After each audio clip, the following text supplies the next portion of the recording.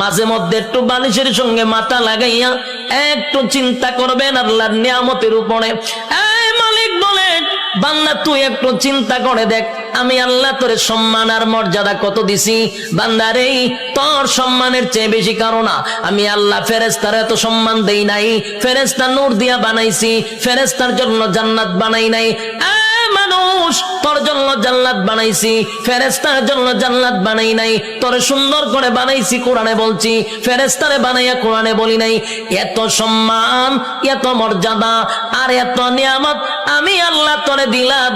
দুইটা চক্ষু দিলাম, এত পাওয়ারফুল চক্ষু যে তাকানোর সাথে সাথে সাত আসমান, একেবারে 500 বছরের রাস্তা আমরা দেখতে পারি। সুবহানাল্লাহ।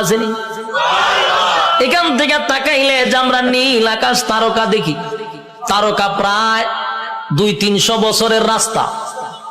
সুবহানাল্লাহ।